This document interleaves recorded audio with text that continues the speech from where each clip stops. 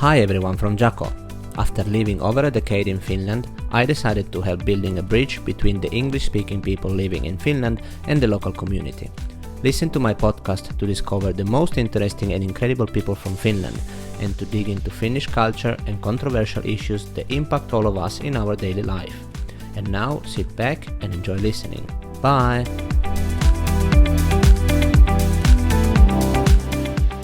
Hi everyone. The following is a conversation with Arman Alizad. He is a TV show producer and an influencer. Arman has lived an amazing life discovering world's culture, and some of his trips are both shocking and touching. Arman has a profound knowledge of Finland and a peculiar wide perspective of what life is. He's an extremely deep and interesting person with a great positive attitude that he conveys brilliantly to whom is next to him. I enjoyed this chat hugely, and Arman touched me for being a humble and thoughtful person with great values. Please enjoy. Hi Arman. Hi Giaco. How are you? I'm fine, thank you. How are you? I'm really fine, thank you. And I'm really glad. I told you already when you came in. I'm really glad that you are here. I'm touched, and I'm a big fan of yours. And I was actually kind of nervous to have you here. And this thing doesn't happen so frequently. It depends from the guest I have. Okay. But I guess because you are, in my mind, you are a person with a lot of experience. You have seen the world. You have talked openly about problems. You faced different situations. You are also, you have self-irony. You can laugh about yourself. There is so much in you that I like that I was kind of nervous, but no need to be. Thank you so much for inviting me, and I'm really glad to be here. Yeah. Can you tell who you are? Can you express like who you are? And I'm basically a kid trapped in a grown-up's body who really loves Jedi Knights, Star Wars, Kung Fu Masters, stories, fantasy literature, loves to keep the inner child in my heart alive and explore the world. That's basically like I'm one of the most curious people I have ever met. I'm the guy who, if there's a sign somewhere that says wet paint, I've tried if it's wet or not, even before I realize consciously that I've tried to put my finger there to see if it's wet or not. So that's basically, that's who I've been from since a kid. It's always been like this super curious, super open to the world kind of person. I'm really an introvert. Okay. I'm like a super introvert. I live like a hermit. Okay.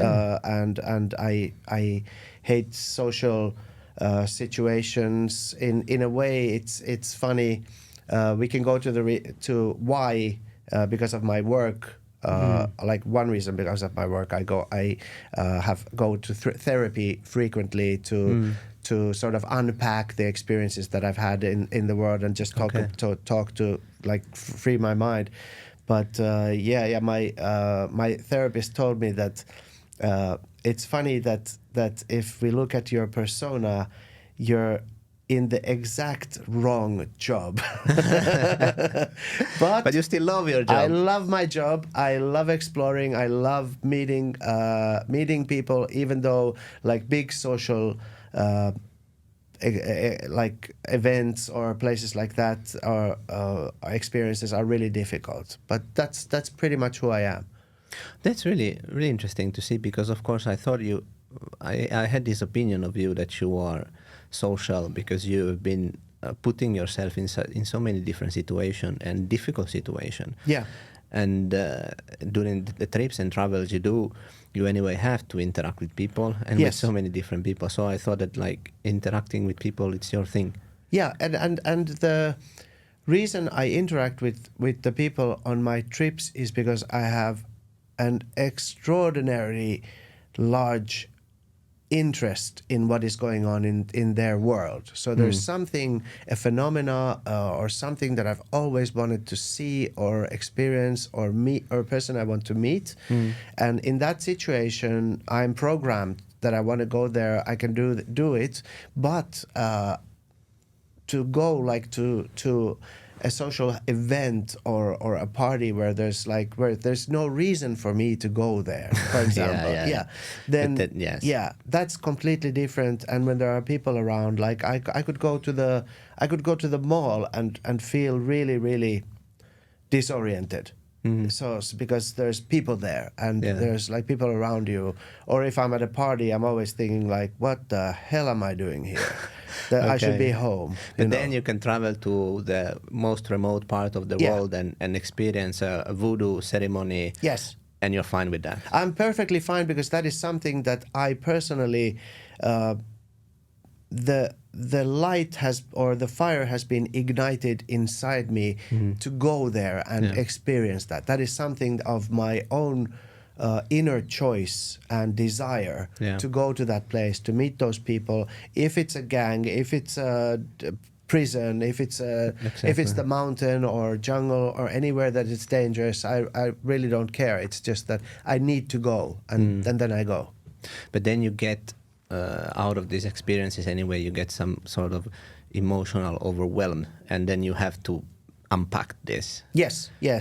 So definitely, like some of the experiences, because I've seen a lot of the contrasts of the world, you know, both in good and bad, like so much. I've probably seen more than many see in their like complete, like their whole lifetime. I'm sure. And it's like these experiences, like I actually calculated that during my career I've interviewed over 2,500 hours.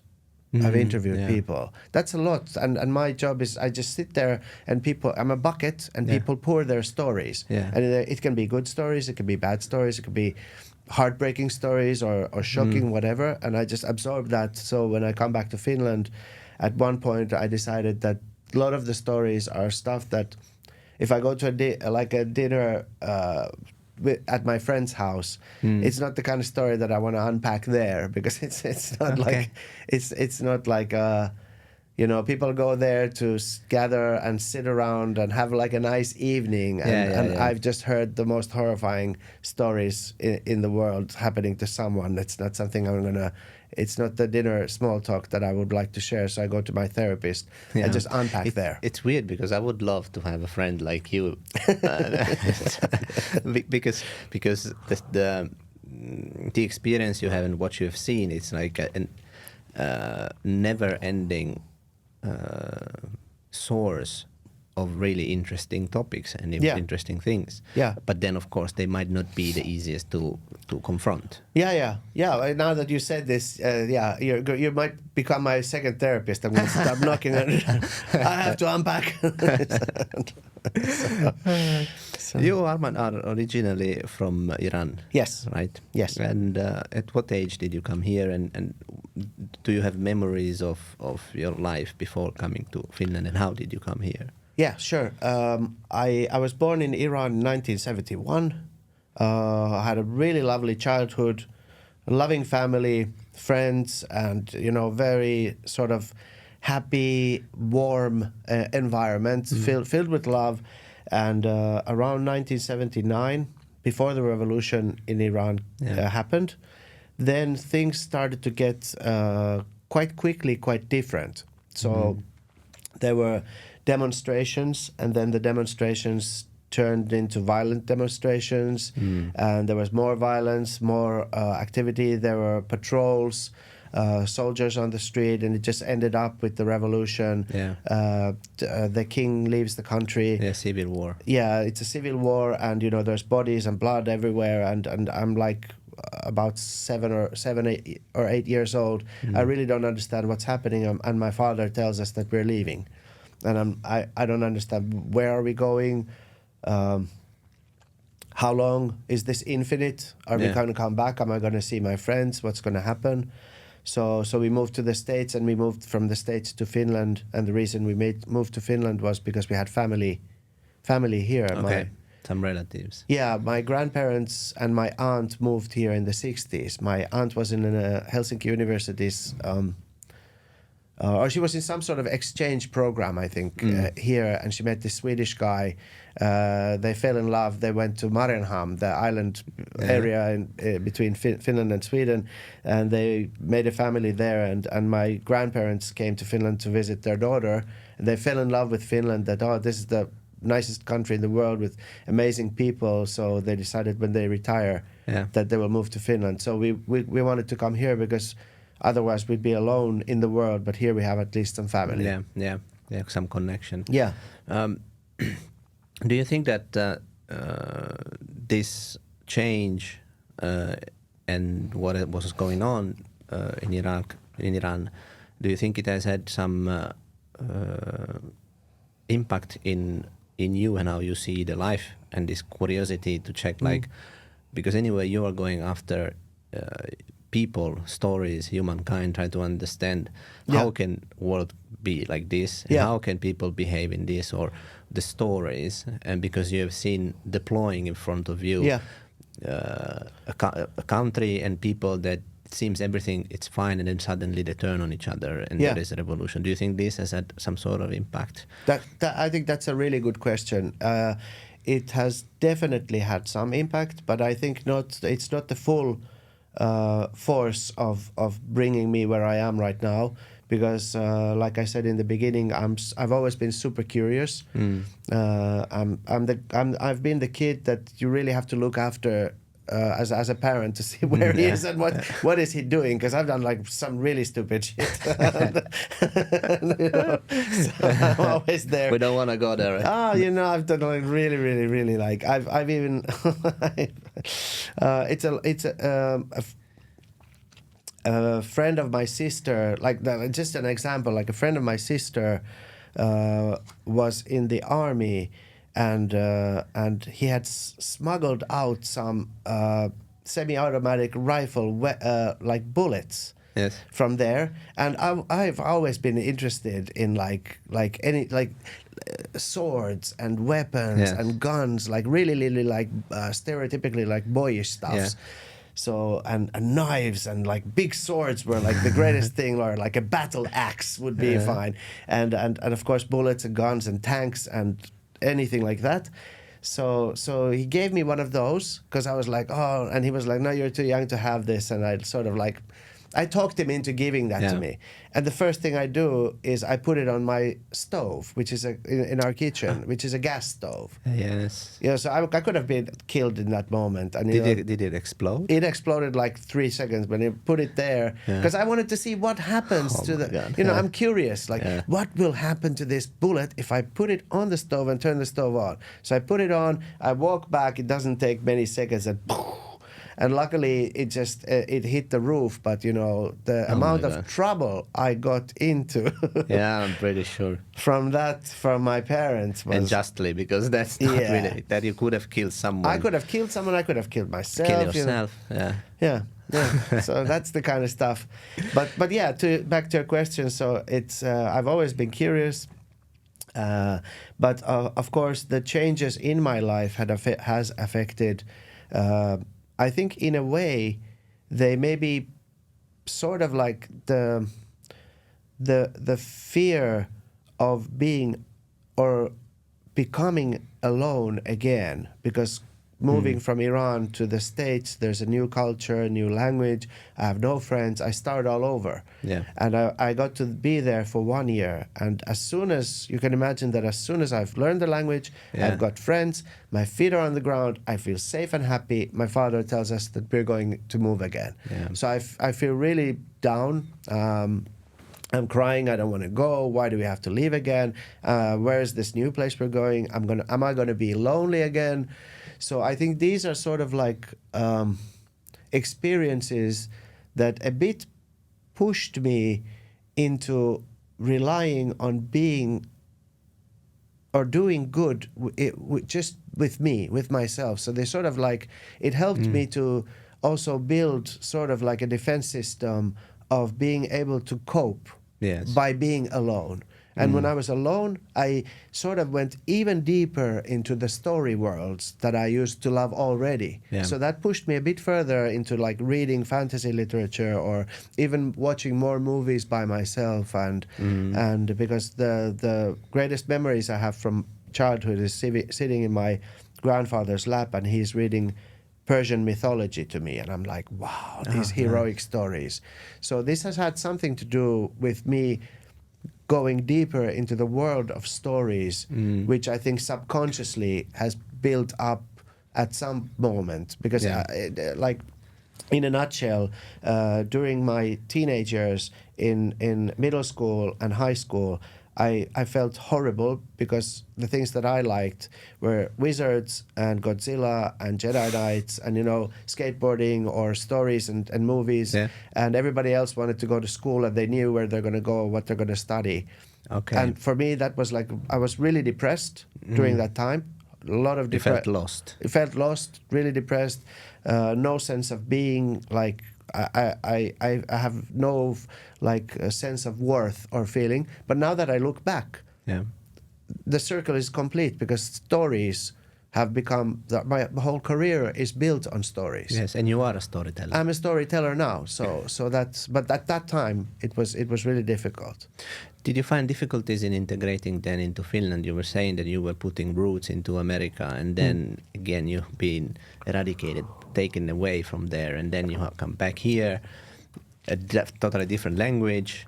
And do you speak Farsi home? I speak Farsi, yes. And so at this moment it's already a third language.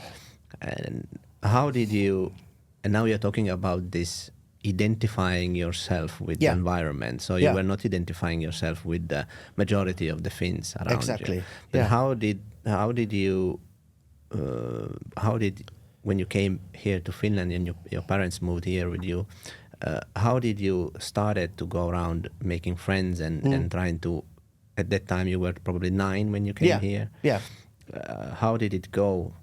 How did you face the kids and the youth and the society? How was this process? How you felt it? I think this is also an excellent question because it tells who I am and how things happened, because it has a lot to do with it. So basically all this fear, all this anxiety, all this feeling of having no worth at all or being really depressed has always been both my curse and also my blessing. So there has always been a yin and yang in what has happened. So me being filled with fear, that fear of being lonely led me as a curious kid already to go immediately into the crowd and try to find friends when we got to Finland. Head first. And because there was a fear, I don't want to be lonely. So I'm just going to go there and talk to everybody and get some friends right now. Because there's a huge fear. That's brave. In a way, it has, in a way it turns into a sort of a source of bravery, because now I can explain that my whole life I've been afraid. That was fear, maybe fueled by fear, but it was brave. It was brave. So my whole life, and it's something that I can say now because now I look back and I understand what's happened. My whole life I have been afraid, but I have found things that are bigger than my fear. So that was my fuel to go towards whatever I want to achieve, even though I'm scared shitless all the way. Yeah. So this is like it's always gone together. And coming to Finland, I remember we didn't have much possessions, we didn't have much money, we didn't have like pretty much anything when we came to Finland. So we had a small flat in Tapiola, and as soon as we've unpacked like the little things that we have, my first thought was that I need a friend. That was the first thing when we moved to Finland. So I asked my father for a piece of paper and a pen. Give me some paper and pen. And he gave me a little piece of paper and a pencil. I wrote on that paper in English that my name is Arman, I have no friends, and I live in apartment 49. I walked to the door and put it with a needle on the notice board outside the door. So that was my first friend request in 1980. You know, I Yeah. just moved there and I put there that there's a kid in apartment 49 who doesn't have friends. Please come and see. It's so touchy, but at the same time so empowering. Yeah, that was like, and it pretty much came out of the fear. But that's how I got my first Finnish friend. So someone answered. Yeah, there was a guy in the 7th floor, was a couple of years older than me, Pekka, and he saw that piece of paper. He came to ring the doorbell. I opened the door. I stare at him. He's staring at me. He says, "Hi, my name is Pekka." And he gives me that piece of paper. Yeah. And I'm looking at him. I'm like, I don't speak Finnish. He doesn't speak any English. We're just staring at each other for a little while. And then I tell him to come in. We go to my room. We start playing. We became best friends immediately. That's how I got in. So it was like really quick. 6 months in Finland, I could communicate. Yes. I knew the language. In 2 years, the accent had gone away. Mm. So like integrating was super fast and basically maybe fueled by fear, but also there's factors from that era that of course affect this, because kids in the 80s didn't speak, my age kids in the 80s didn't speak English so well as they do today. Yeah. There's so much influence, there's so many channels where you hear the English language, social media, everything, like all 8-9-year-olds speak English already. Yeah. But at that time, not really. So Finnish was the only possible language. So if that's the only possible language, you're just forced to learn it I can't rely on anything else. Yeah. So that was one reason, and there wasn't like many immigrants in the 80s. So I was pretty much like the only boy from abroad throughout my whole school time. Yeah. And I guess also because you wanted to belong. Yeah, Then definitely. that also was a fuel to... Yes. You know, part of the reason, well, as a foreigner myself, I also thought when coming here to Finland that I really want to integrate and understand Finland, this culture. And I thought, for example, that language, it's definitely the gate to that. And at the beginning, I tried to expose myself more to Finnish language and to Finnish people rather than other foreigners. So I didn't hang out with many foreigners because I wanted to belong to something. Yeah. So I understand this kind of feeling.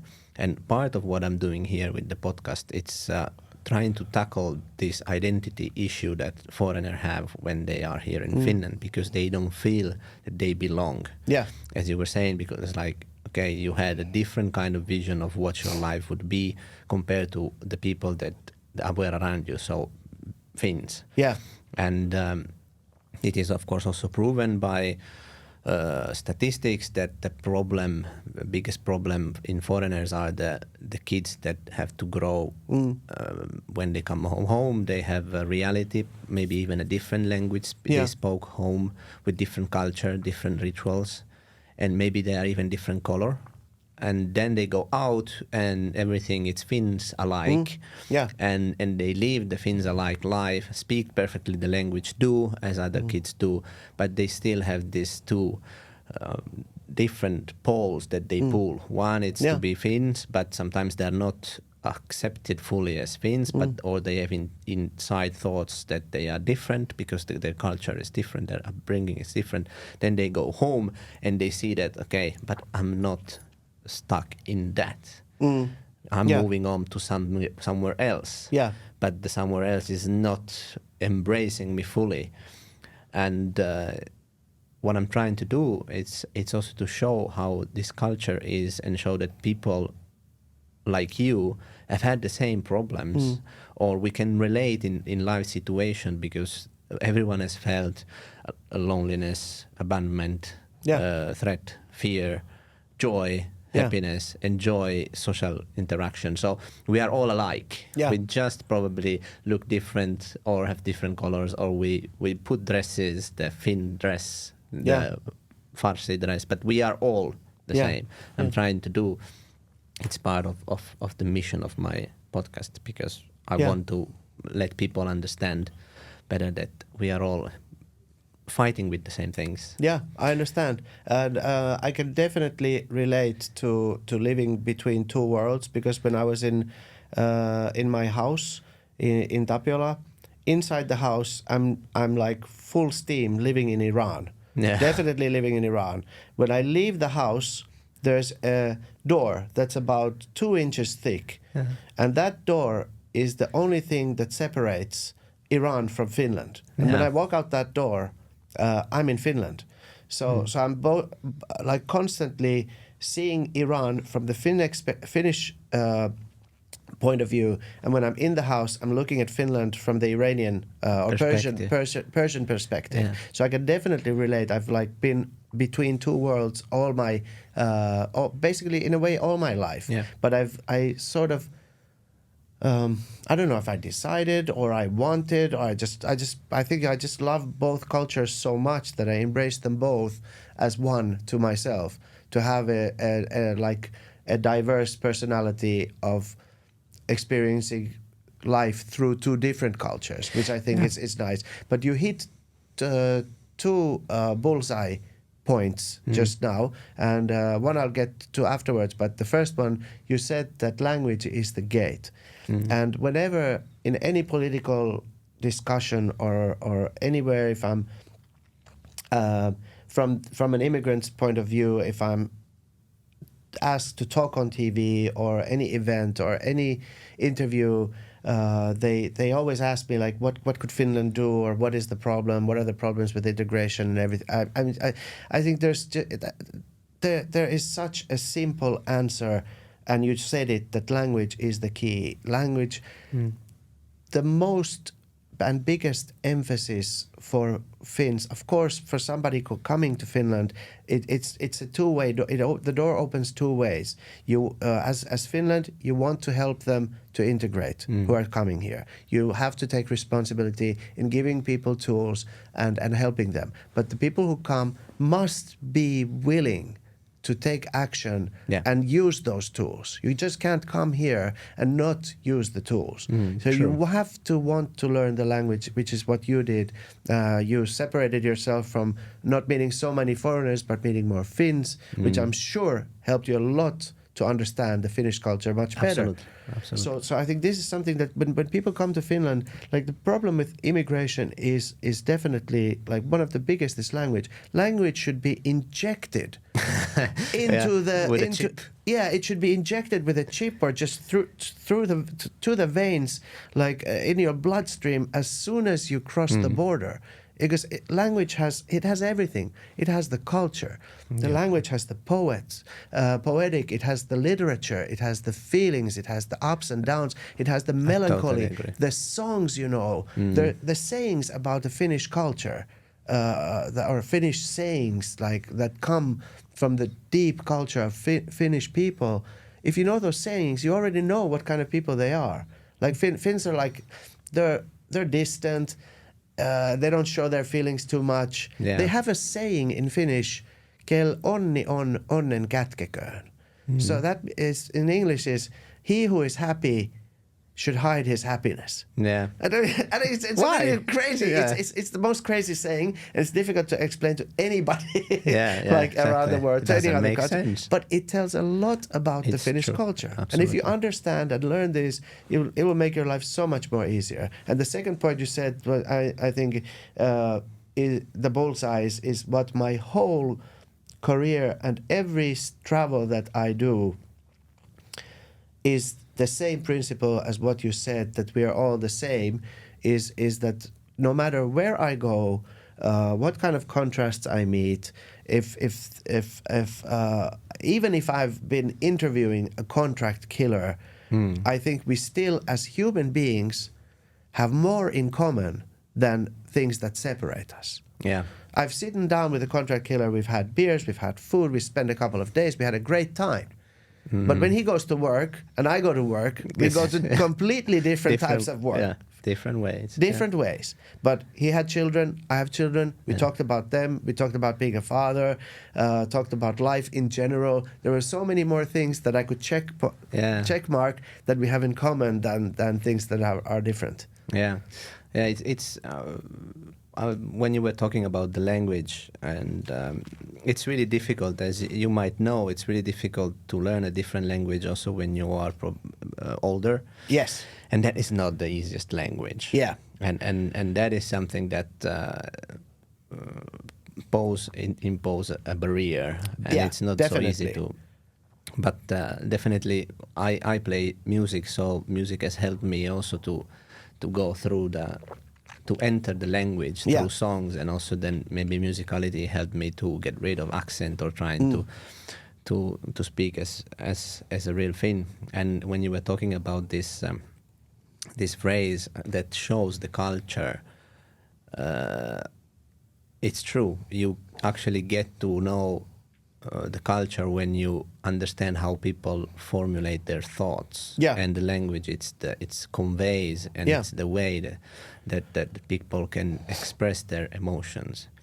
And you said that Finns are probably like kind of they step back. They don't look so emotional, and but it's funny. For example, well, I speak Italian, English, Spanish. I learn a bit of French, local language from Piemonte in Italy, and then Finnish. So 5, 6. Not that much, but still. That's a lot. That's quite a lot. When I say that, like, in all the languages that I know, there is not so powerful sentence about love as I have heard in Finnish and in Finnish language. Minä sinua vaan. There is no even verb inside that. No. And it's like me and you only. If you translate it in English, it's kind of like, blah. It doesn't sound. But if you think about Finnish culture and the way people convey their emotion and everything, people try to shorten everything and get rid of the maximum. But then there you have, I think it's like a pack full of emotion and full of meaning. And so from a culture that looks like cold, then you can express something that is extremely powerful, like a fireball of love. And I think that's an excellent point, because if you look at Finnish poetry or Finnish literature or the Finnish language in general, I would say it's one of the richest languages in the entire world. The amount of expressions and ways of saying things without actually saying them is just unbelievable. And even having Tolkien being inspired by Finnish mythology and many other writers that have been inspired by this old way of a people somewhere being able to express all these things, but still on the outside looking so distant and maybe cold. So that is something that I think that's the whole essence of the Finnish melancholy. If you listen to Finnish like old love songs, they're just amazing. There's so much depth, and it's something that didn't come out through ordinary social and small talk situations of being verbal.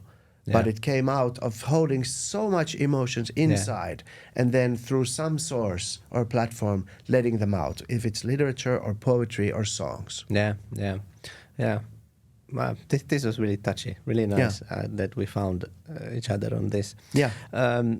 So then you found your spot in Finland, and I'm really happy that you turned this anxiety and fear anyway into a fuel for integration, because the problem is that not everyone uses this kind of emotion to then turn into a blooming flower. Some people then they might get depressed and not go out, or start becoming criminals and go wrong way. So that's part of the social problem that Finland has right now. Exactly. And what you said, just to say that I definitely underline what you said, that it can be a barrier. Learning the language is difficult, but I still believe that it's the key, and I understand that for the older generations it can be near impossible, but I don't think it's you can do a lot about it, even though it's extremely difficult. My father and my mother never really learned Finnish language, so I know what that can do, and they always relied on English.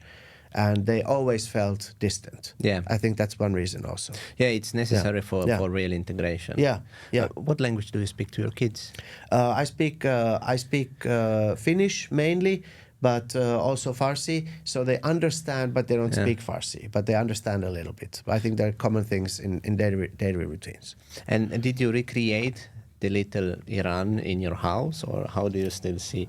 We celebrate Persian days. We eat Persian food. We go to Persian restaurants. Yeah. So they see the culture. They see other Persian people. They sort of like understand and relate and know that they are more than just Finnish. Yeah. Or I'm not just saying just Finnish, but there's two sides in their life. Yeah, that's exactly what I'm doing. Yeah. With Italian and Italian culture. So so like behind the doors of my house there is a little Italy that my kids are living. And I'm trying to, and it's good. It's great. Yeah, absolutely. Yeah, it should be. Yeah. It should be.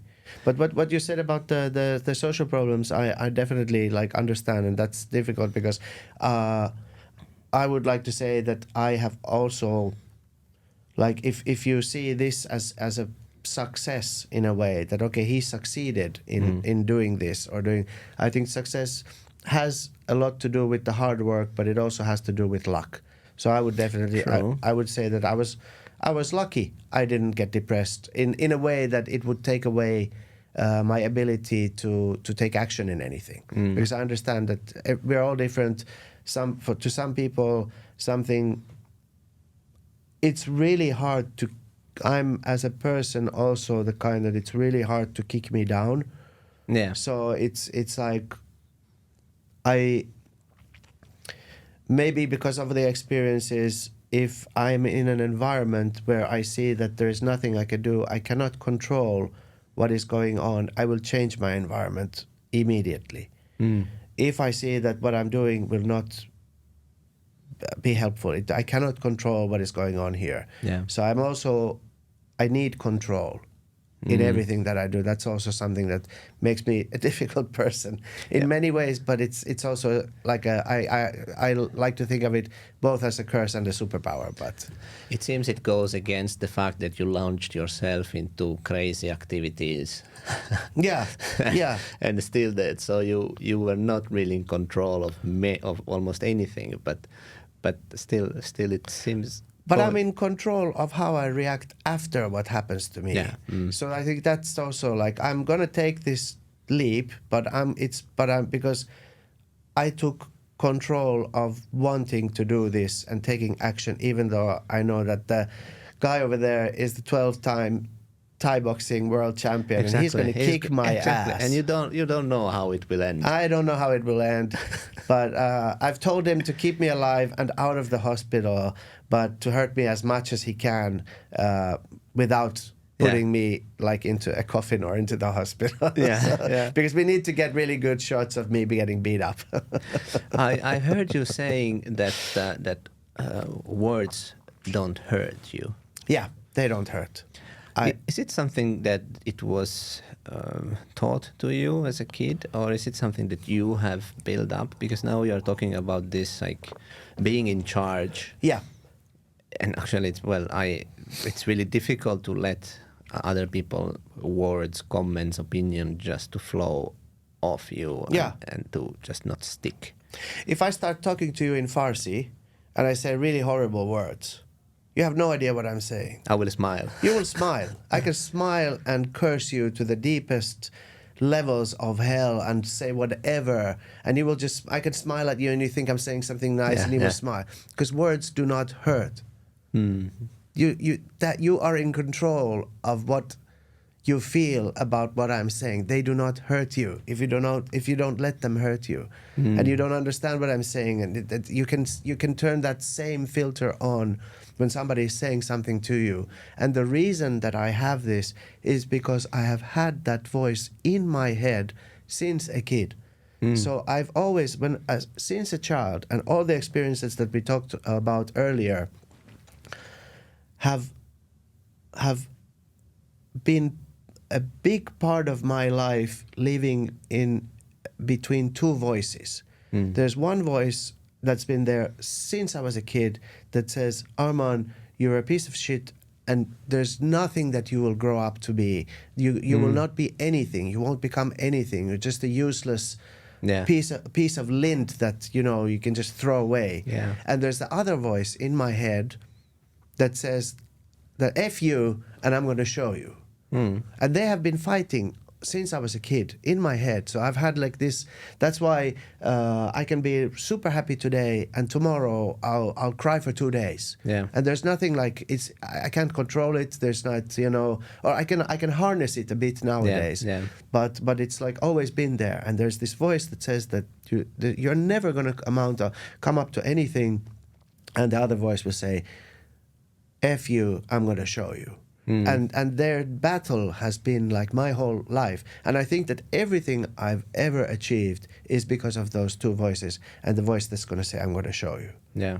I have the same voices in my head. Yeah. They sound like me. They probably not sound like your voice. Yeah, exactly. Yeah, but you know what I'm talking about. I absolutely know this challenge. Yeah. I absolutely know. And it takes, I think it gives my life this melancholic and this troublesome attitude. Yeah. But it also gives me a palette of colors of how I see emotions, because how I someday fall in between, everything falls in between these two poles. Yeah. And so I can see different type of grays and different type of colors. Yeah. Because where do they set in, and the inner spirit of I will make it, I show, and it's always against myself. Against that's a funny, yourself. that's a funny thing that this course, it's here, it's not to show anyone else. Yeah, and I think that because those words have been inside me since I was a kid, then you know it. I already know that, you know, in a way they can't hurt you. They will have, of course, they have effects. I understand that if you, and we as people are different, so we have a different level. So you think exactly and you feel like me, so you know what I'm talking about. But we as humans are so different that some people might not have the same resilience towards these words. Or one voice is more dominant than the other. Or the other. Yeah. But but I think that you can work on that. I think you can definitely work on that, and that's what I teach my kids, that words don't hurt you. So that's like one reason. Like you can't really say anything to me that will sort of like bring up my blood pressure or raise my pulse, because I will be sitting here, and if somebody's saying something bad to me, I just sit here and I will quietly judge that person in my mind. Yeah. And it's like I will be over the situation. I will just look and quietly judge that person if I need to, and if it feels better. But I'm not gonna it's not gonna be sort of like bringing myself or letting myself go down in that situation. That will never happen. Yeah, it's really powerful, and I'm really happy that you're teaching this to your kids. Because especially when we face this society in which kids are exposed to social media quite young, and they are exposed to trolling, they are exposed to false models, to all that. It's really important, because it's clear that depression and anxiety are skyrocketing in youth, because they don't have this shield created. They are not still understanding their personality, who they are, and they don't have this protection from all these emotions. Yeah. So it's really good, and something that I also think it's extremely important is to understand that you own your emotions. Yeah. So in the moment in which if someone tells something, you're a piece of shit, Arman, the emotion now it's in you. Yeah, so it is. You are also able to say, I don't want this emotion. Yeah. It's not that, you know, it's something that I can get rid of it. Of course, it will never be easy, and it takes time, and you have to work on it and all sort of that. It's not just taking something off your pocket, but the idea is to set yourself in that now I can take this emotion off the pocket because someone just put it on me, but it's not me. Yeah, and most of the time the other people don't even know. It's like I like like feeling hatred is I read that somewhere. It's like drinking poison and wanting the other guy to die. Yeah, you know, you're doing it to yourself. You know, but that other like you're at home and hating on someone. The other person is drinking champagne feel anything, or you know, they're having a burger somewhere and they're having a great time. They have no idea you're even thinking about them, and you're there just feeling like and the poison it's in and you. the poison is in you. And I understand this is difficult. That you know, it's not an easy task to be that much in control of yourself. And of course I'm not in control of myself. There's like I said, that the days come that like I could cry for 2 days and just like feel like shit. But what you said also is really important about the kids of nowadays with the depression and anxiety skyrocketing on social media, which you said is a really good point, because the tools today. Bullying has always been a part of human nature and culture as humans, for kids and for adults. It's been, I think, since the cavemen, it's always been there. It's in the animal kingdom, it's everywhere, you know. But the tools today are different. So live streaming somebody, a kid being bullied, has a lot more effect than when I was a kid 30 years ago. That somebody had wrote with a pen in the boys' bathroom in the school that Arman's a dickhead. That's a totally different different game. So the world today needs a lot. We need a lot of protection. We need a lot of advice. We need a lot of training for kids and good adults to be able to. Yeah, the adults have to be aware to do that. Yeah. It's, you know, that I read about some evolution of biology and how human has evolved in the years, and the bullying. There is a theory that says, and I can recognize some important points in it, that also when you see cubs, little animals, they train to fight to each other, they wrestle, they do this kind of thing, that it's the phase in which they are training and preparing for the adulthood, when they have an environment there are threats and they have to defend themselves and to do all that. And we being animal, we evolved in a really safe society, but we have still imprinted in our head, wired, the fact that we have to test each other and try to raise our ability and threshold to face threats. So the fact that especially boys, they might be more physical to each other or bully, it's part of this kind of training that its evolution has written inside of us. So if you follow that thought, it's kind of like you can never get rid of that, because it's part of our brain, how it's wired. But we have to train the environment, train our children to understand what is going on, how to react to it, and build self-confidence. Exactly. I underline that 100%, because we cannot get, and I hope we never get rid of aggression. I think we need aggression. Aggression in the human nature is the reason we are still here as a species. So if you survive, we have to survive. So, but what you need to do is to be able to control and harness the different powers that you have. We have a toolcase. You can use a hammer to build a house, or you can destroy things. It's how you use the tool. Yeah, indeed. So definitely, like, the hammer is not bad. The hammer is not bad. It's a tool, and as a person who's trained martial arts in his life, I think that is something that everybody should be associated or something that everybody should learn, just to understand the other powers and feelings and ways of control that you have inside you that are evolutionary built and there. So to be able to be violent if needed, but to know how to control that, I think is super important. And you know, it's something like that. You have to. There's a saying that it's better to be a warrior in a garden than a gardener in war. So it's a whole different scenario, and I think that's something that we should be able to. We have to be understand. You have to be courteous. You have to be polite to people. You have to have respect. We need good in life for things to function. But if shit hits the fan, you might have to be able to do really horrible things. And you have to understand the difference. And know that you possess that side inside you.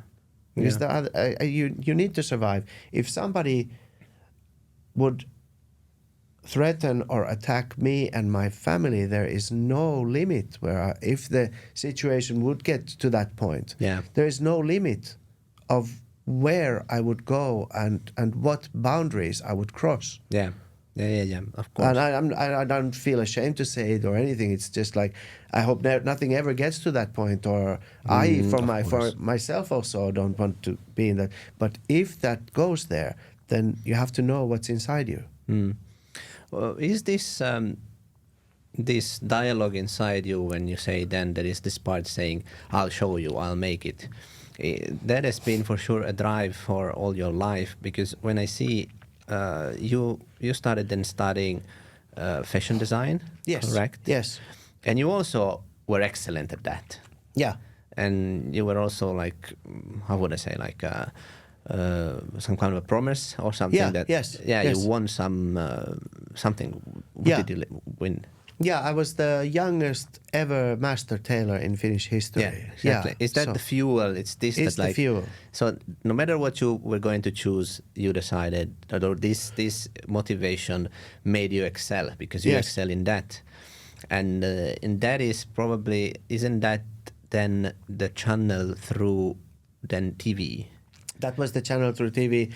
And yes, like since every decision I've made, when I was in school, of course, my parents were worried about also about my future. Like I wanted to dance, and I used to break dance. I was a Finnish champion, I think in '87. Okay. In dancing. Then I won won the Finnish championship. Then I started to skateboard. I was one of the probably like top 3 to 5 skateboarders in Finland in the late 80s. Yeah. And then when I started to do tailoring, I was super good at that, like the youngest ever master tailor in Finnish history. And there were all things that sort of like people doubted, or maybe like sort of some of them were doubts from my parents' side, or maybe just not finding my place, or seeing that maybe society doesn't look good upon these people or those. But that was a fuel for me to excel and be excellent in that. And if others have doubts also, I need to show them also, not only myself, but I will show everybody that I can do this. Yeah. So when I wanted to become a tailor, I remember like my father was a bit worried. Like, it was like, you want to take a needle and thread and start sewing? Like, come on, maybe you should get you should go study. Yeah. And then I was like, I'm going to show everybody I'm going to be good at this. And, you know, that was a fuel. And when it came to TV, pretty much the same. But I think there's also the drive that if I find something, it's not just because I want to show myself or somebody else. That is some part of the equation. But there's also that I have also found things that I really like. And when I find something I really like, I give that like 200%. And I become like channeled into it. It's like it's like being totally lost to everything else in the world. There's nothing else outside of this focus point that I have, and that is everything. That is going to get all of my energy and all of emphasis on anything. Yeah. Then when passion, skills, and motivation align, then you enter this kind of magic tunnel in which things just like start to the pieces of the puzzle just fall into a line, and you cross. I'm in a zone where there's nothing else in the world. And that's sort of like also when I started to do like TV for myself, because then I went to I was a really good master tailor, and they asked me to after I became a master tailor, like 4 years after that, I was pretty known in my field, and some other people, but not a celebrity, but people know, okay, if you need a tailored suit, these are the guys, and Arman's one of them. So that sort of like that was the gateway to TV, because there was a channel that called me and said that we're going to do a fashion show, and it would be great for this show to host it. And first I said, no, I don't want to be a TV, because like I said, I'm really like in my own world. I do things by myself. I'm a loner. And then I thought that, okay, I have to like turn this card or look at this card, Yeah. see what's under this, and I decided to go. I really liked doing TV because it was something that I was also interested in. So if I was doing some other show, I probably wouldn't have liked it because that would be just me performing and being on view and being on TV. But this was like I'm working in fashion on subjects of style, and I'm sharing this with my audience. So I'm telling people about what we are doing in my profession. Yeah, storyteller. It came out from that there. came there. Yeah. That came out over there. And then when the channel that asked me to work for them, they went bankrupt in 2003. And then I did like TV for 5 years. I was still working as a tailor, but for 5 years I did TV on and off, just hosting shows. And in 2008 I was like, what the hell are you doing? Like you're doing TV and you don't like being on TV. So if you want to like, and then I thought to myself that I'm either gonna do the kind of TV that I like, which is storytelling, and tell things, share stories with people that I personally have interest in, and hope that they want to see it too, or else I'm gonna quit TV forever. And that's when that was 2008. So I put up my own production company, quote unquote, which was a borrowed camera and a borrowed laptop. yeah. From somewhere you have to start from somewhere, from scratches. And that time then came the Kill Arman idea. Yeah, or the Kill Arman idea came in 2003 actually. The person I was making the fashion show or the style show on Moon TV with, he was like one of my best friends and still is like a brother and best friend to me. So we still work together. And who is he? Is it Tuukka Tienso. Yeah, because he has been following you throughout all the journey. Yeah, we built Kill Arman together. So we were actually filming a fashion show in 2003, and it was I think April or May, just before the channel went bankrupt. And there was a break between filming, and we sat down, and immediately, and every time we sit down, we talk about Godzilla or Jackie Chan or or Star or Jedi Knights. It's our thing. Yeah. Or Dune now, or any kind of science fiction or stories and stuff like that. So we were talking about I think Jackie Chan's newest movie. Yeah. And then we were talking a few minutes, and I was like, Tuukka, have you ever noticed that all we ever talk about is Jedi Knights or Kung Fu Masters? Why? I mean, we can't film, we really can't film Jedi Masters, but we could film Kung Fu Masters. And they're the Jedi Knights of our world. Yeah. So why the hell are we making a fashion show? Let's just pack that camera into a backpack and go to the Far East. Let's go to the Shaolin Temple and film Kung Fu Masters. And he's like, oh, that would be really cool, but you know about fashion, but what do you know about like martial arts? And I said, I don't know shit about martial arts, but I will go there like in the old movies and I will challenge the masters and they will beat the living hell out of me and you can film it and it'll be funny. And he laughed just like you, and he was like, because I would say probably yes, because the beaten one is you. Yeah, and that's what he said exactly. Like, I would love to film that. He said, so, and that was it. So that the idea was like the seed was planted in 2003, and our break, our filming break, coffee break was over. We went back to do the show, and the whole thing over. Channel went bankrupt. 5 years we kept talking about this. That would be cool to go to the Far East, but we never did anything about it. So in 2008, I just decided we're either going to take action, because we have a dream, but without action, that dream's just a wish. Nobody cares about. There without any purpose. Yeah. We have to like take action. So let's do this.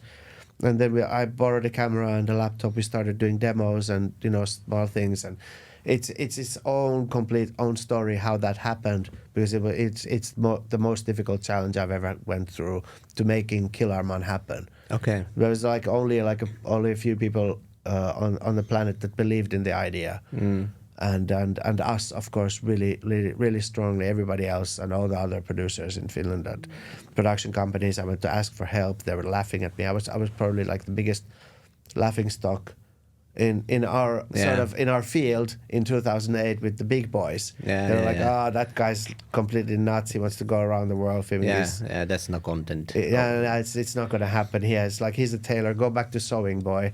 That was the attitude. Yeah, but then you little by little made the TV. It transformed. The TV show transformed, because from being just like hit me, but don't break me. Yeah. Because I guess you had. I understand that you had the rules that you don't put me in a hospital. Exactly. You can like, don't break but the rules were, don't break Arman's bones, and don't put him in a hospital. But I got a few concussions, so that's like, but no bones broke. Yeah. But then you started to approach social themes and problems. And like when I see from my perspective, I can see the development of what then you started to become, and then you became more of a storyteller of social problems, different stories, different. So, but the root started already there. Yeah, everything started with Kill Arman. We did 2 seasons of that. I'm still not sure why I didn't learn from doing just 1 season, that maybe not do this again, but we did 2 seasons. So, and 2 seasons, me and Tuukka traveling the world, going back and forth, seeing a lot of things while we are making a show about martial arts. So every show is pretty much the same, and martial arts around the world are pretty universally the same. So it doesn't matter if it's in South America or if it's in Japan. There's a lot of philosophy. There's so much that binds the whole concept together. But outside of the dojo, outside of the training place for the martial arts or the boxing ring, the world is different. So this country is different. They have these social problems, and you face them. Whenever I come out the dojo, I see a completely different culture, different people, different kind of problems, the good and the bad. And it's really interesting everywhere I go, but we can't put that material anywhere. I would like to go talk to these people. We see things that are of interest. We hear stories that shock us, and we're like, oh, we can't fit this in the program. We need another program. So we need another series. And basically in Kill Arman's 2nd season, even though it was a half-hour martial arts show, we started to put a 5-minute report of some cultural event that we felt was important in that country. So that's basically how it started. And I remember I was in, we did an episode in, I think the final trigger was an episode we did in St. Petersburg about Russian Sambo. And in St. Petersburg, we did a report. I had heard about the street children and children living in the sewers and under the city who are orphans in street, and it was a huge problem then. It was like there was like thousands of children who are just living in the sewers and under, like orphans who have basically nothing. There's just any place, and it was like a science fiction kind of movie kind of thing. To me, I had never heard of that. So we made a report of those, and also the shelter homes that were helping them and working with them, and making that report was the final trigger for me, and such a heartbreaking and sort of like eye-opening to the world experience that was the decision that we need another series. And that's how Arman ja viimeinen ristiretki, in English the title is The Last Crusade, but the English name is Beyond Human Boundaries. That's the official English name of the series, and that's when that started.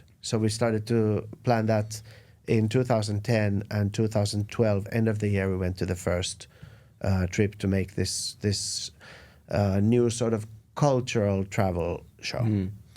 How did you plan these trips, and how did you select where to go, and how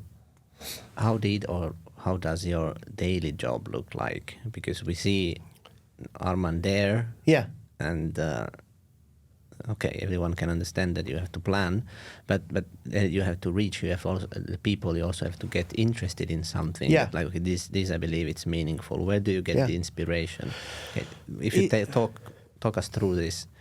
The inspiration comes from moments, any moment possible. It could be me watching the news. It could be me sitting in an airplane reading an article. It could be me seeing some documentary and thinking that why has this question that came into my head watching this documentary. Why isn't this on the table? So I need to go to do a documentary on the same topic, but from this angle. So that's one thing that could happen. Or it could be me reading National Geographic magazine in 2005 and seeing a majestic picture of the Mongolian mountains with a guy sitting on a horse dressed in fox fur and a huge hat, a fur hat, and smoking a cigarette, and on his left arm is a huge Mongolian eagle. And he's just in that picture. And I'm looking, oh my God, that is the coolest picture I've ever seen. And this guy, you can see all his wrinkles and his face, the life he's seen. There is a story There's there. a story there in his face already. And I'm like, I'm going to go there. I want to meet this guy. So 10 years later, I did a story about Mongolian eagle hunters. So basically, it's if you ask about who is my target audience, that's me. So every single episode I have ever made on TV is for me. I have made them for myself. If people want to see it, great. I'm really happy. I'm happy that they have wanted to see them and I could share this with you. But something that I've always wanted to do, something that I don't know anything about and I want to learn, or something that I feel that I have prejudice against, and something inside me tells me that, Arman, you're really wrong about this. You should go meet this, confront this topic and learn and grow.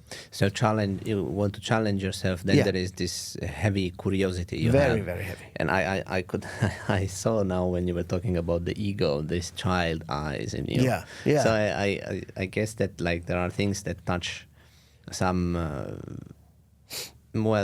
young part of you that inspires you like a little kid. Definitely. Like I think that if you want, like if somebody wants to come work in our team, the first questions is, do you believe in dragons? That's like I really don't care much more about everything else. You can learn. I can teach you how to use a camera. We can teach you how to edit. I can teach you how to go contact people if you need to find a contract killer or go to there. Or I can teach you everything else. But do you believe in dragons? Would you be a Sith Lord or a Jedi Knight? Those are the questions that I want to know. That's the guy I'm looking for, or the girl or woman or man or whatever. If they want to work with us, that's like that. I think that's much more important than how good are you with the editing, or which program do you use, or what's your favorite camera. So that can be learned. Because everything else has to do with your inner child and with the power of enthusiasm. And if you don't have that, then we're not the right team for you. Also because I guess you find yourself then in situation during shooting that they are challenging. Yeah, definitely. Physically challenging, emotionally challenging, and up-tempo. So I guess you have to have something more than just, I want money, so I'm here for the money. Definitely, because then you break down in those situations. Yeah, I think everybody who's ever been our team has first asked that can we be part of this, and then after that discussed any fees or anything. I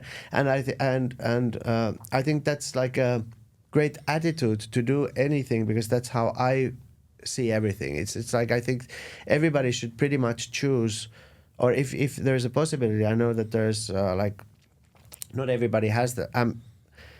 We are super blessed to be in Finland, where we have the possibility of pretty much having a lot more choices than the rest of the people in the world. So I'm not the kind of, like, I do a lot of public speaking. I'm not the kind of speaker that says that, you can, if you just grind and you can just make it and blah blah blah, or it's not, a lot of people out there don't have a view. They can't have choices. There's a certain, like, and your perspective comes from that. Because you've seen. You can be born in a place where you are born into a gang area, you're born into the gang, and you will die as a gang member. You don't have the choice. You don't have the choices, but we have choices. So for me, it's like you can have the choice, you can do this and sort of like be enthusiastic about something and pursue that. We have the privilege here of being able to most of us being able to do that. So I think that is important. And you were talking about the luck. And, Yeah. and this is exactly what kind of cards you are dealt at Yeah. the beginning of your life. Yeah. That's luck. That's luck. I mean, I know that there are people who in those like extreme environments can push themselves up, and there are people or individuals who have that power to make the right choices or to be able to avoid this kind of already set path when you are born, to sort of like break the cycle and get out of that. Of course, but mainly if those are exceptions. Those are exceptions. But if you're unlucky to be born somewhere else and lucky to be born there, then of course you have a whole different set of cards, as you said. And of course it looks super extremely fancy, traveling and going, but behind that, you find the inspiration. You see National Geographic and you see the Mongolian eagle. How do you go forward? Like, what is your daily routine? The daily, I'm like, I can pretty much, my daily routine is I can be pretty much anywhere. I can be in my car. I need a lot of alone time because I need, like I said, I'm an introvert, so that's an introvert loads his or her battery when they're alone. Yeah. 'Cause that happens then. So I need to be by myself until I get bored, and then things start to happen. Yeah. And so I could be just I like to drive around in my car a lot, just to go there, or I go sit on a bench, just look at the sea, or I might be at home. I might go to a coffee shop and just sit there, open the laptop, go through places, phenomena, just looking at things, and if I have already had the inspirational sort of trigger that I find something interesting, then I start to look for contacts. So that can happen anywhere. I could be at home, I could be in the kitchen, I could be in the office, I could be anywhere with my phone or laptop. And the point is that I need to find someone. When we are on travels, we sometimes use fixers, local fixers. Yeah. But a lot of the time, and most of the time, we can't use them because the people that we want to meet or the places we want to go, it's not really like it's not a fixture that helps, a commercial or TV film crew that goes somewhere, they want to do some kind of story somewhere. I need to go into the maybe gang area in a certain part of New Zealand, which is filled with Maori gangs. Yeah. And it's not the basic thing that's on a list of a fixer. It would look, or a serial killer. It would look like an impossible challenge. Yeah, it's difficult. So I need to find someone who knows someone who knows someone who knows a serial killer, basically. So or a contract killer, sort of. And this is like something that I have to go. Okay, I have to pinpoint where is the location I want to do this. I look at news. What have been the articles that have been written about this? Who has written them? What kind of crimes have happened? Who have been interviewed in the crimes? Who wrote the story? Who took the pictures? Who are the names of the people that were interviewed? So then I have a lot of contact, or like directions already, and then I start to look for people. Then I start to look for clues of someone somewhere. And this is basically how it happens. It might take a couple of months before I find the right person who can sort of take me into that world. And then that person has to sort of start their own process of trying to bring my message to the right people, so it will be given to the right person, and it goes high enough for the person that I want to meet.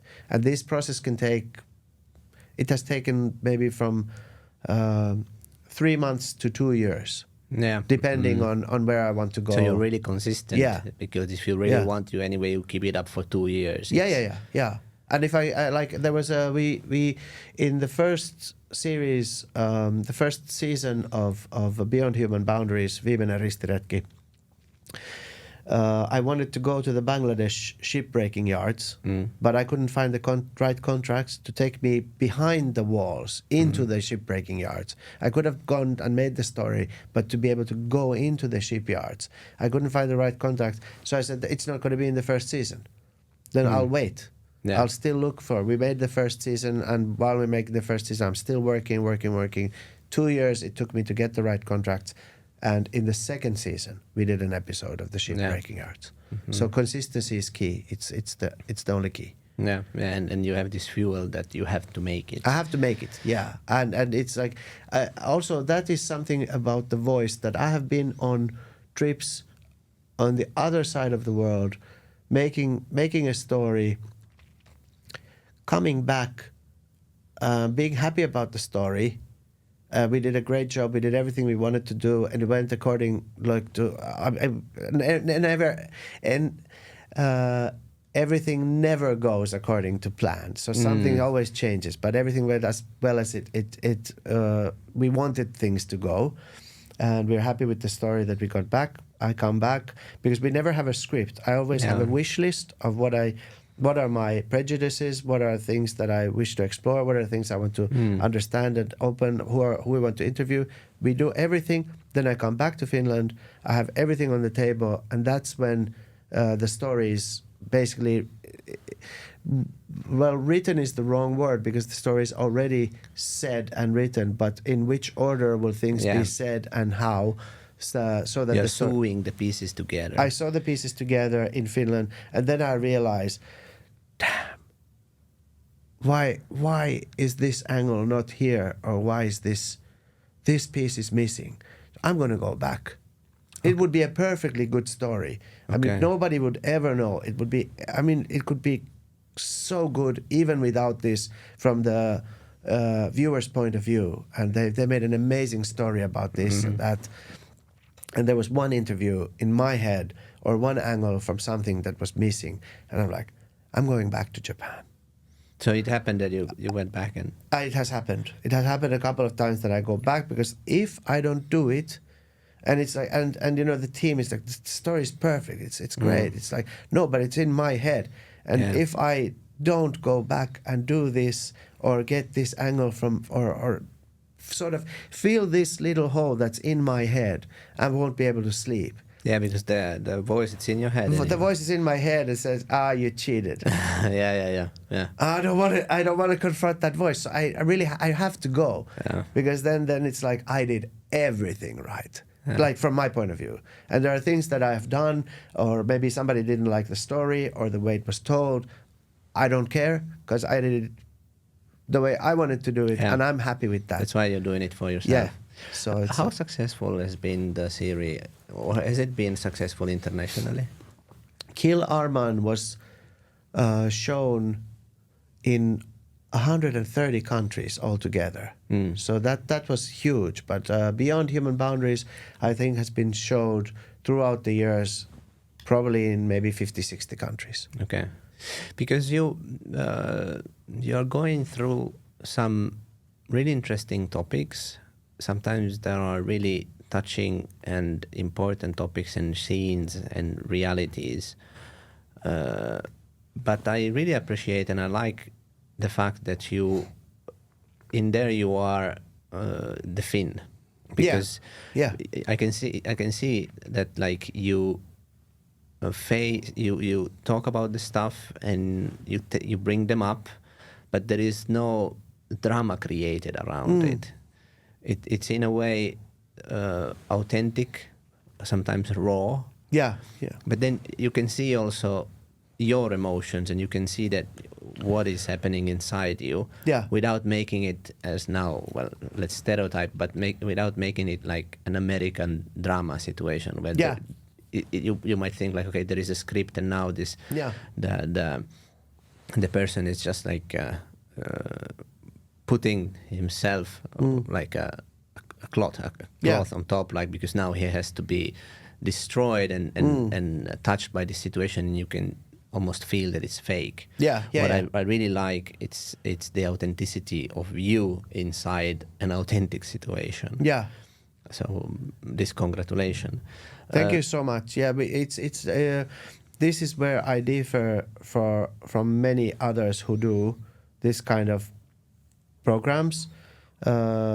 Many do it without showing any kind of feelings, and they detach themselves from the story. And this is something that definitely will get criticism depending who you ask and what kind of storytelling do you like, or how do people feel about documentaries and telling about what is going on in the world. So there's definitely a group of people who would say that you shouldn't get too close to the story or to the people, and you should keep a distance. And I to my point of view, that's telling that I could be a news anchor in that situation. Yeah. I could just say that a ship, Estonia, sinked and over 1,000 people died, and just giving statistics of full what stop. stop. That's it. That's happening there, and of course there's the over dramatized part, which I don't like at all, which I think ruins storytelling, because you can sense it. The viewer is not stupid. They can sense it, just like you said that you can see, I can see there's a script here. We never have a script. It's me going somewhere, experiencing whatever happens there, talking about the experiment and experience, and Tuukka is filming it, or whoever camera guy is there. I think at least it always allowed me to formulate my own view and my own feelings. Yeah. It's not crude and raw like an anchor journalist, but it is not like packed that now I should feel like this because the person is feeling like this. Yeah. So it gives freedom. Yeah, we don't want to guide the viewer to feel something. I can be a gateway to that feeling if you feel like relating to that situation, and if not, then no.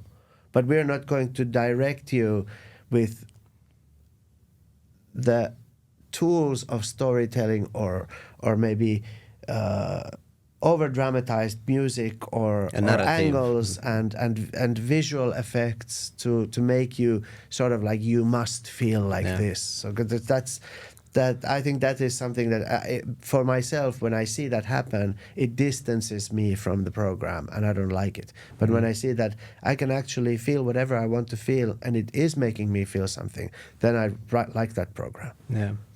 What is the most dangerous situation you've been in and you felt you were in danger? Probably being dehydrated in the salt mine in the hottest desert or place on the planet, which is North Ethiopia. It's the Danakil desert. It's a salt mine. And the people who are born there, who work at the salt mine, there's a really, really small town of maybe 100 people, a couple of 100 people, is on the outskirts of the salt mine. And from there, the salt miners go with camels to the mine, and it's like 70 degrees Celsius, 65, 70 degrees, over 60 degrees Celsius there. And they gather the salt and come back. So we were in that area, and the people who are born there work there. Their DNA or their genetics is completely different. They can handle that kind of heat. And I was prepared by my best to have water, to have electrolytes, to have salt, because you can't just drink just water. It will dehydrate you even faster.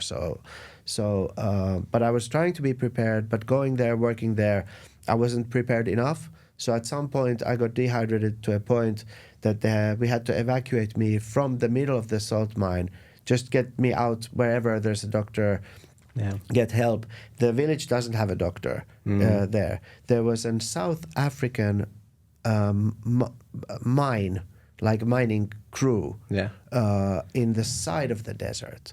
That was our only chance to just go see if they have a doctor there. And they happen to have. There's containers where the people that live there, and they happen to have a doctor there at that time. And he's not always there. He's just there randomly. Randomly. And basically he saved my life, because he told me I was dehydrated to a point that already outside the gate I couldn't move anymore. So my organs were already going into malfunction mode. Yeah.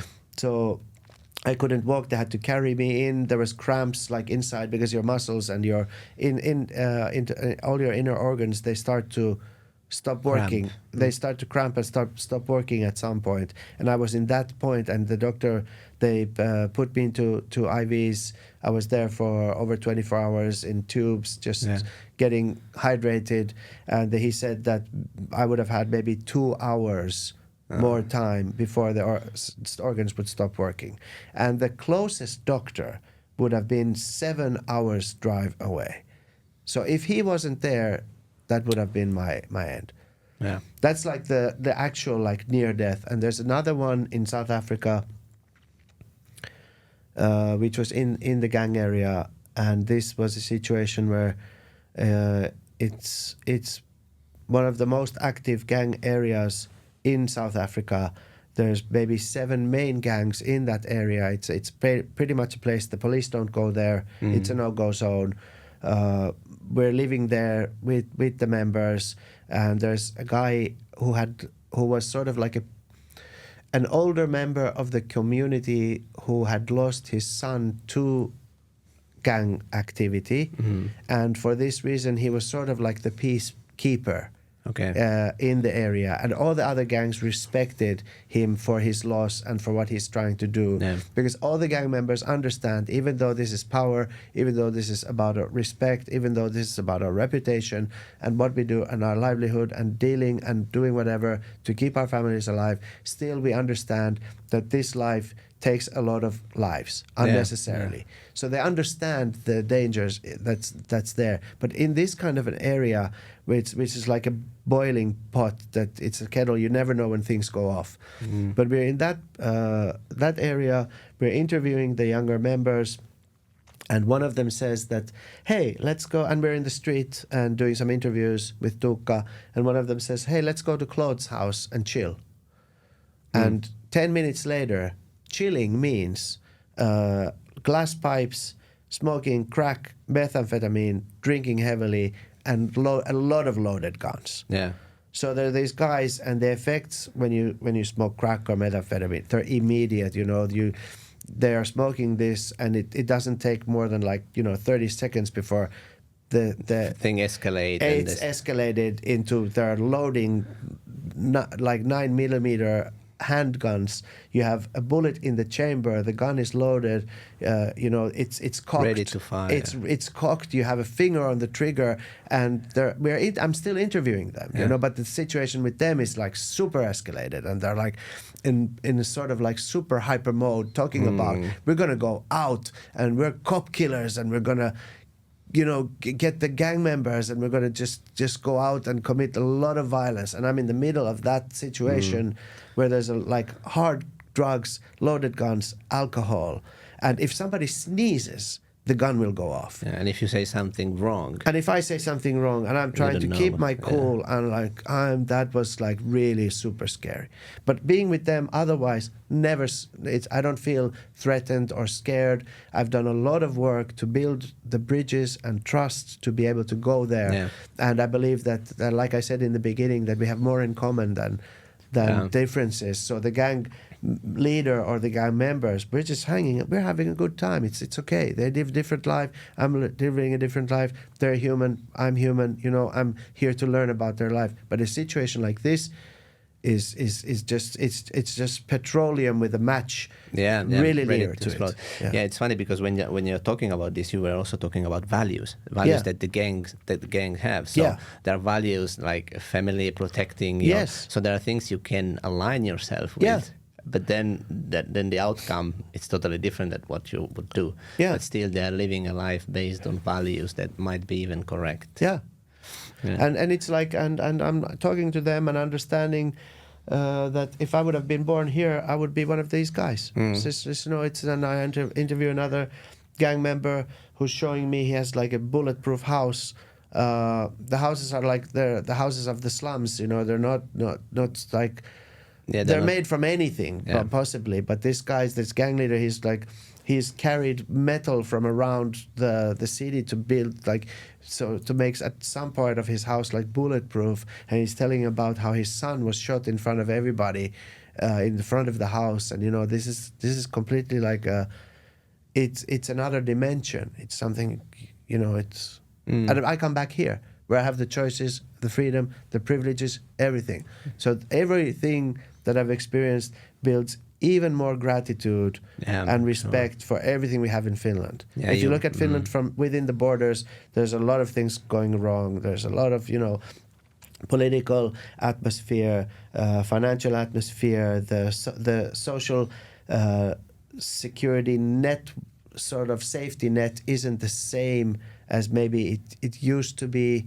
In many ways, there are people being left, and but still, it's paradise compared to anywhere it gives else. you the right perspective. Yeah. I have so many questions. Yeah. But remember, you were telling there was an episode in which was it in India that you were talking about this. The story was about a man that poured acid. Yes. On his family. Yeah. And maybe you can tell better the story because you remember better than me. But that shocked me.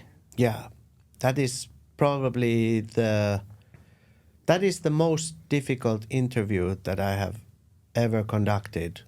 The second most difficult is in South Africa regarding farm murders, but this in India was the most difficult because I was there with the person who did it, and I'm sitting across a man who is my age, and the story was that this man 20 years ago, before this interview, had in the middle of the night walked into his wife's bedroom where the wife is sleeping with their 3-year-old and 1.5-year-old daughters, and he pours acid on all of them because he didn't get a boy child. Yeah. And the 1.5-year-old died on the attack. She was burnt so severely that she died.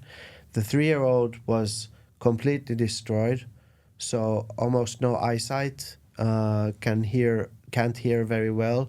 It has affected her speech from head to waist. At least she's disfigured completely.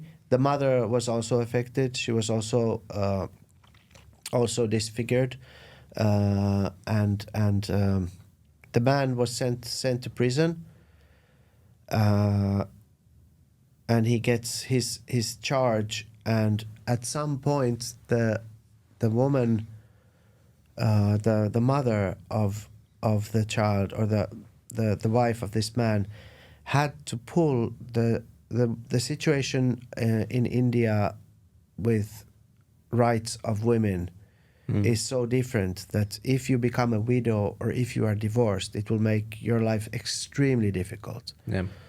So this man was sent to prison for destroying his family, but the wife had to pull back her parts of the charges to get the sentence shortened so the man could come back home, because her life would be even more difficult without... Would keep the family, running monies. So you have a social class, and if you're a widow or you're divorced, the social class goes down. So they had to bring the husband. Starting already from a lower point, being a woman. Being a woman. So this is because a boy is more important. A boy gets to play. A boy gets to choose what he becomes. A boy gets to go to school. A boy has more freedom. A boy gets more food. So this is the situation. And to be able to understand... So this already is put. I can see it's hard for you to dissolve what's going on, and to understand how deep this problem is in the culture. You have to know and understand who gave the acid to this man. The mother of the man, a woman, gave the acid. So it's so deeply rooted into the culture that even the mother is telling his own son that you have a worthless wife who's giving you only daughters, and you should have another wife who will give you boys. So here's the acid, kill them all and get a new wife. And this is fueled by shame of not having boys and yes. classism. And you know, you're programmed since you are a small child that this is how it is. And of course, that is how, like most, there are people who will challenge this thought. Like I said, there are exceptions, but if the society and if the norm is something, then most of the people will go by that norm. Most of the people will obey. Most of the people will see that perspective only. So and I'm there interviewing this man who regretted what he had done after he had understood and realized what happened and woke up to the reality of what his actions had caused. And he's still living there. And the daughter had forgiven the father. So they were close. And you could see that the father still felt the shame. You could see it in his face. But the daughter had forgiven his father because she, in the interview, said that she could not carry this burden. It was such a heavy burden to carry this hate and sort of disbelief towards what my father had done to me, that with this burden she couldn't carry on with her own life. So she had to forgive in order to be able to continue her life and pursue the dreams that she had. But the mother, I have never seen such hatred, or that the kind of hatred that you could see in someone's eyes that is towards somebody else, that you could feel it in the air. You could walk into that room where those two people are, and you will immediately notice that they're not saying anything. They might not be even looking at each other at that moment, but you will feel that immediately when you walk into that room. I've never seen such hatred. That's crazy. I have this way anyway in which my head, if there are situations, I try to picture the things in my head, and I have really big difficulties, and I get this stomach problem when I think about him preparing the acid and then pouring it, because think about the screaming and what is actually then happening after that. Yeah, it's horrible. Yeah.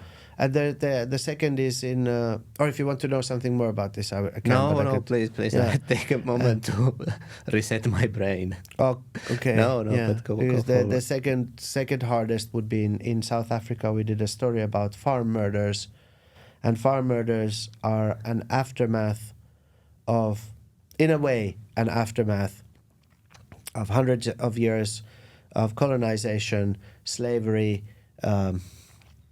apartheid, that led to a point in the late 80s and then the 90s that extreme militant political groups of blacks would attack white farmers and systematically, very violently kill them as a message to get out of South Africa. Yeah.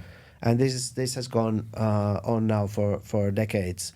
And we did a story just a couple of years ago on farm murders and interviewing the farmers who are living there now have nothing to do with what happened 300 years ago, 200 years ago. They're there, they're living their own lives, they have their families, they have the land, they have the right to the land.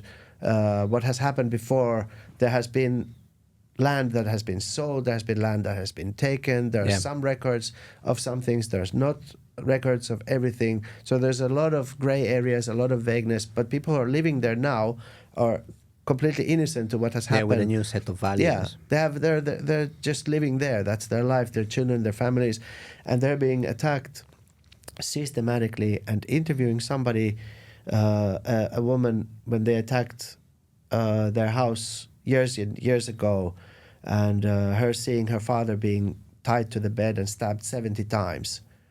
Or another interview where the perpetrators attack a family of a wife and husband and a newborn baby. They tie the husband and wife to chairs in the living room. They take the baby, wrap it up in newspaper, and burn the baby alive in front of the parents. Somehow when there is violence concerning newborns or babies, it's just hit somewhere that it's so painful. And this is what I've talked about. If somebody asks, like worldviews, I'm really not shocked about anything, and I don't believe that I've ever become cynical, because if I would become cynical, I couldn't do my job. I just realized that anything that happens can happen in the universe, and I sort of relate to everything that, okay, this can also happen. So I'm not like surprised or shocked by anything. But when things like this happen to babies, then it will hit somewhere. That's my only taboo. Yeah. With children and babies, that is my only taboo. And this has brought me personally to reflecting or viewing the issue of human rights. For example, when we talk about human rights, we all have human rights and we all have the same equal human rights. To me, no, we don't. I will say 100% we don't have the same human rights. 100%. That's my view from what I've seen and experienced. After seeing that kind of or after doing that kind of interview, being face to face with that kind of evil that happens in the world, my personal view is we have human rights, the same human rights when we are born. After that, our actions will determine who is more important than the other person. Yeah. If somebody comes into somebody's house, does this to a baby, wraps it in a newspaper, burns the baby alive, that person at that moment has signed a waiver where they give up all the human rights that they have, from my point of view. Yeah. And there is nothing in this universe that you could do to that person that would say that I would say, please stop, don't do that to him anymore. Yeah. You could do whatever. He has signed that paper at that point. When you touch a child's innocence, purity, lack of being able to defend himself or herself in any way, if you have destroyed all of those rights and you have touched that purity, there is nothing that we could do to you that would make anybody, to redeem yourself. Yeah, redeem yourself. The same instinct comes to me, and it's unbelievable that someone could be so evil. Yeah. But do you believe, after you've seen all this, do you believe that humankind is evil and we are good or bad? No, I think we are basically good, because the majority of us are good. We will be blinded by greed, we will be blinded by power. There are things that are inside us, and if you feed the wrong element inside you, then that will grow and that will get more power, and that might turn into an evil being in that way. We have all the same abilities inside us. Basically, we work towards good. All humans, basically, their basic emotions and feelings is to want to help one another, and be good to each other. So we all want to live in peace. Everybody wants peace. We just want to be able to live our lives and live it in peace. Yeah. And if you're not bothering my peace, I'm not bothering your peace. We can be friends. We can do things, and but there are, of course, the evil, and everything that happens is a lot of blindness by power and greed, which is also inside us. But it depends, like what are the elements inside you that you feed. But I see a lot of bad things. Of course, there's like a lot of different kinds of colors and contrasts. But basically, I would say we are mainly good. And I think that I'm not religious. I'm definitely very spiritual. I believe in a higher entity that I do not understand, that controls everything, and that there is a binding power in the universe that keeps everything together. And that force has a balance, but the balance and its force is pointed towards good. That's why flowers grow. That's why good things happen. That's why there is, I believe, more good in the universe than there is bad. So you think that there is a counterpart for this event that happened, where an innocent baby has been burned alive, there is something that it's keeping the balance, that something amazing is happening somewhere else. Something amazing is happening, and they don't have to be like hand in hand, and it doesn't have to be in a way that if something it's it's not like, mathematical it's not equation. not mathematical. So if this good thing happens, then we have to kill a baby, and if this baby if there's a baby kid, then we have to somebody will get married or or fall in love or something. So but there definitely has to be a balance, and I think the balance is mainly towards good. When did you then start moving your gaze, looking at Finland? Because you've been around and traveled a lot, but then you started then to also talk about Finland.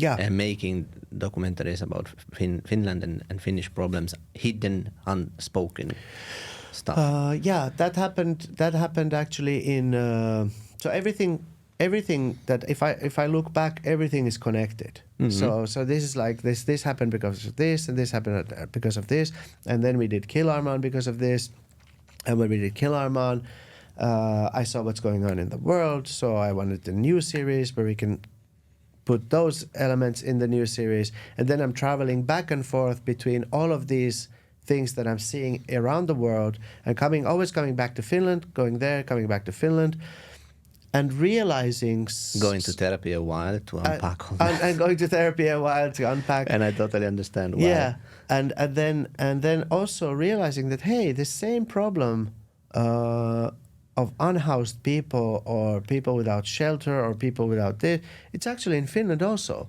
I say maybe a news and something that has been or something that has been there already that I've walked past and never just stopped to see, but because I have some sort of touch with this experience from somewhere else, then I notice it here also. Hey, wait a minute, we have the same problem here. It's on a different level. It's a completely different reality, and it's very different. Probably milder. There's poverty in Finland in the fourth generation. That's a lot, but still, it's different than somewhere else. So I realized that hey, the same things that we're filming elsewhere are happening in Finland. So why don't we turn the focus to Finland for a while and explore Finnish society? So that's how Pohjan tähden alla, Under the Northern Star series started, and we made 5 episodes of different events or inequalities or anything that we found wrong with the Finnish societal system that we put on the table for discussion. What is in this series the thing that touched you the most? I think one of the most touching was probably, I think it had to do a lot with the elders of Finland, and especially coming from a culture where elders are treated very differently than in the Finnish society. Elders in Finland are very alone. Yeah, I relate to this, I understand. Yeah, very, very alone. And there's like these cause and effect things that make it even worse. You know, there's sort of like this, how do you say, the Finnish way of always in the culture, the good things that are actually quite similar to the Japanese culture, that you sort of have to manage by yourself. You have to manage. You have to cope. You have to roll up your sleeve and you just do it. You have to die with your boots on. Yeah. It's like when the Russians came, the Winter War and everything. It's like there's no excuses. There's no chit chat. There's no small talk. You just have to. You have to push through. You have to go through that piece of rock. Yeah. No matter what, and it happens in good and it happens in bad. And one thing is that basically the sort of independence that people have, the isolation, distance that they take during their lifetime, the kind of culture of isolation and distance that they grow up into, that will show later on what happens to the elderly when the elder are put in like an old people's home. How does it look like? Yeah, it doesn't happen in Iran. It doesn't happen in Italy. No. People the elders they move closest to the family. Yeah. Yes. Or they're even in the house. They live in the house. Yeah. I was just in Singapore, and families lived like there was the house They buy a big house of 3 flat floors, and there's like the parents live in one of the floors, and the family lives in one of the floors. The kids are in one of the floors. That's exactly the setup that I had in Italy. My grandma was upstairs. Me and my family on the second floor, and then the next there was my aunt. Yeah, exactly. Yeah. So it's like so the episode we did on what happens to the elderly in Finland, I think, was really touching. They're very alone, and especially if you're sick and old, then it gets even worse. And when children are taken, and also something that becomes a taboo in Finland is death, because you don't even see the process of aging. When grandma, before, when I was a kid, weekends, or even in the Finnish society, like weekends and Christmas and everything, you go to your grandparents' house. They're more. They have been like in society more, but now it's even more isolated. They don't go there, and when they get old enough and they get to a nursing home, and then they're even sick in the nursing home, at some points the parents stop taking the grandkids there because they're thinking, "Oh, granddad's so sick. Maybe we shouldn't take him there to see it." So just to protect the kid and avoid the kid from seeing this, so they don't even see the process of aging. Yeah, it's behind that door. It's behind the door. Where food comes is behind the door. Where babies come is from. I'm not saying you should make babies in front of other people, but sex is a taboo. Death is a taboo. Food is a taboo. Where meat comes is a taboo. In the old days, everybody's living in the same house. Grandpa dies. The kids are washing the body and going with the parents to bury the grandfather, and everything is sort of there. You butcher the cow with the kids, and they know where the food. There's this sort of like a detachment from many things that are natural to us, or have been natural to us for hundreds of thousands of years, and then it's taken away. So that is something that we could see in the episode where we filmed what happens to the elderly. Yeah, I like the series so much because you bring up topics that they are like known but always overlooked, or they are not in depth. Also like homeless. Yeah. I remember you were commenting somewhere that you were shocked about the amount of contact you got after that. Yeah. Because there were people in Finland that didn't know that actually this was happening here. Yeah, they didn't know that there are homeless people in Finland. Yeah. So it's really important, the work that you've been done, talking about jails and because these topics, the society I see in news and how people are, they tend to. And now I'm not generalizing and I'm not criticizing, but there is the tendency to censor problems and put them aside. Yeah.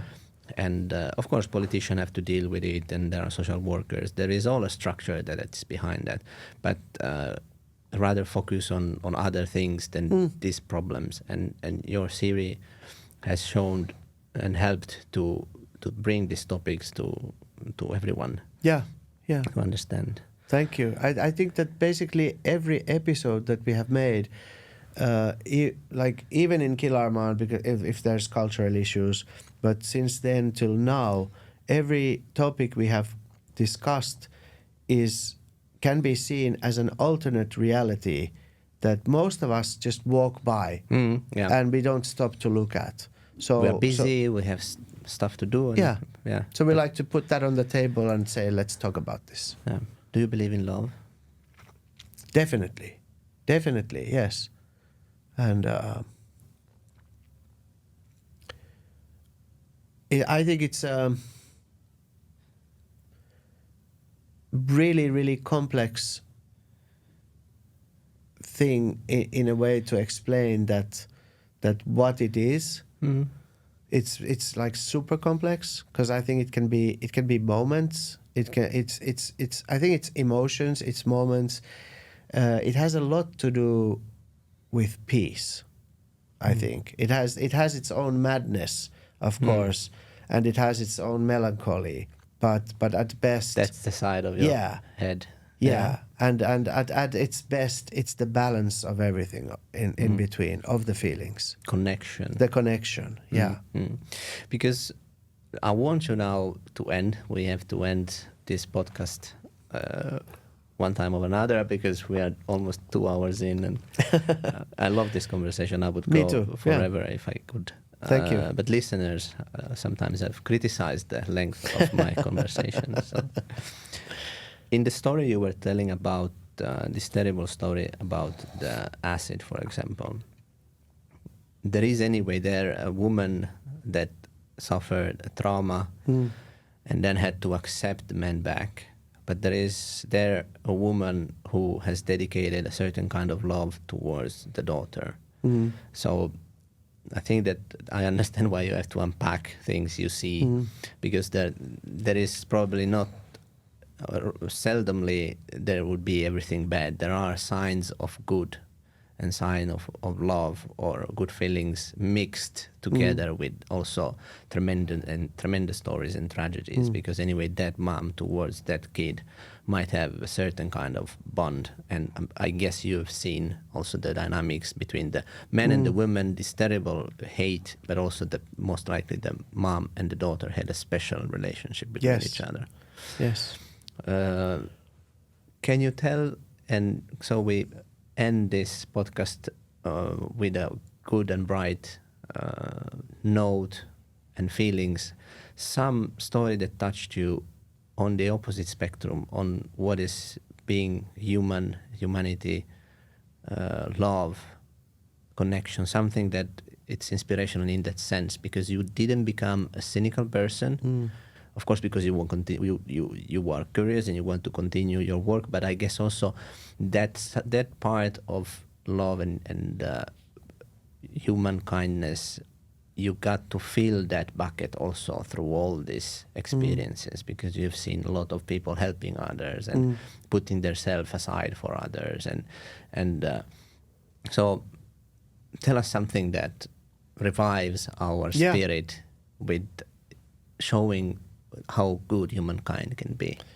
I think one thing that's often overlooked is, of course, if we are put into survival mode, like we talked earlier, if the situation is so bad that that people are in survival mode, then the focus is on themselves, of how I can get through this, how my family can get through this. But otherwise, I think it's overlooked that the less people have, the more they sometimes carry for each other. So it's something that and they're ready to give. They're ready to give, so they understand the value of things differently than the people who are privileged and have a lot and don't really understand what they have. And that is something I try to teach, like, or understand myself better and better, and to focus on. I think that's the right word. That all the things that I have, to be grateful. I think gratitude is key to everything. To have the perspective, to understand that my program's message is never that people should become like social care workers or start to do charity because there are things wrong in the world. My message in my programs is for people who live in countries like Finland or other places, is to understand how grateful they should be for what they have, not feeling guilty because they're watching my program about the slums of Africa and they're eating a pizza and they're like, oh no, they're starving there, I have pizza, blah blah blah.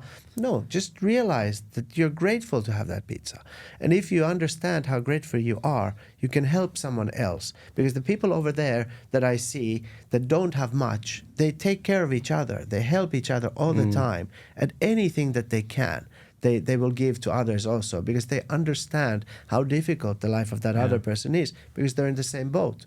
And this is something that I feel would be my most important message, would be to understand gratitude. That it doesn't mean that you have to, like I said, start doing charity work. But if you do small things, your neighbor's sick, you take out your neighbor's dog. You go to the store for your neighbor. You give your seat to somebody. You know, it's just small things. And if we can all develop a mindset that small things make a difference, then we start to do more small things. It's just like, you know, the first task of your every day should be to make your bed.